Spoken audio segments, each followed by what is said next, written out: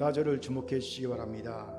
써먹지 않고 잊어버리지 않기 위해 잊지 않고 내 것이 되어야 하는 것은요, 남세수 퀴즈만이 아닙니다. 부활신앙도 마찬가지입니다. 우리가 아무리 예수께서 사망 권세를 이기시고 부활하셨다는 사실을 배워서 알고 마음으로 믿었다 하더라도 써먹지 않으면요, 잊어버리게 되고요, 온전히 내 것이 되지 못한다는 겁니다. 쉽게 말해 부활신앙이 주는 권세와 능력 사용하지 못하고 만다는 거죠. 그렇게 여러분, 부활신앙도 반드시 써먹어야 합니다. 주의 부활을 기뻐하는 오늘, 부활을 알고 믿는 것에 만족하지 마세요. 여러분, 부활신앙을 써먹어야 합니다. 부활신앙이 주는 권세와 능력을 오로지 내 것으로 만들 수 있어야 합니다. 이런 우리에게 오늘 본문이 귀한 통찰을 주지요. 여기에서 우리가 중요하게 봐야 할 것은요, 바로 14절 말씀이에요. 같이 14절을 읽도록 하겠습니다. 같이 읽지요. 시작. 이것은 예수께서 죽은 자 가운데서 살아나신 후에 세 번째로 제자들에게 나타나신 것이라. 아멘. 14절에서 우리는 부활하신 예수께서 이번에는 제자들을 갈릴리로 찾아가셔서 세 번째로 그들에게 자신을 보이셨다는 보도를 보게 되지요. 여기서 주목할 것이 세 번째라는 숫자입니다. 3은 중요한 숫자죠. 삼위일체 하나님에서 모두 3은 하나님의 숫자입니다. 갈릴리에서 제자들에게 세 번째로 예수님이 자신을 보이셨다라는 이 보도가 예사롭지 않다는 거지요.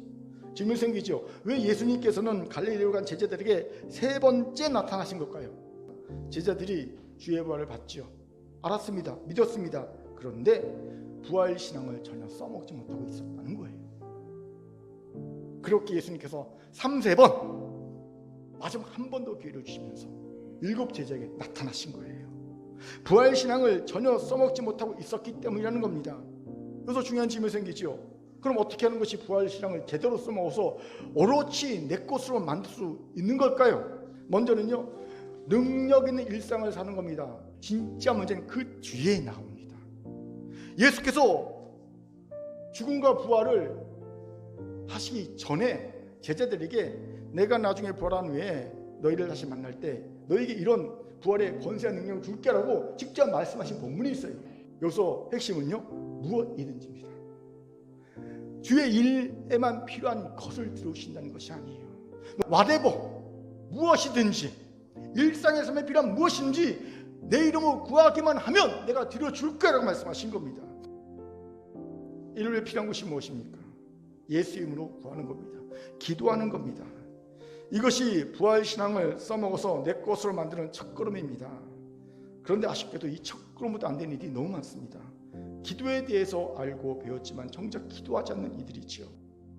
진짜 기도를 하느냐, 충분한 기도를 하느냐가 중요한 거예요. 그럼 진짜 기도, 충분한 기도는 어떤 기도입니까? 간단합니다. 진짜 기도는 하나님과 만남 있는 기도입니다. 하나님과 만남 있는 기도는요, 하나님 만나는 순간 내 모든 기도의 제목들은 온데간데 없어집니다. 그리고 오로지 하나님의 뜻만 구하게 됩니다. 더불어 충분한 기도하세요. 여러분, 얼마만큼 기도해야 충분한 기도입니까? 충분한 기도는요, 믿음이 생기는 기도예요. 두 번째로 부활신앙을 제대로 써먹어서 내 것을 만드는 것은요, 그물이 찢어지지 않았으면 믿는 거예요.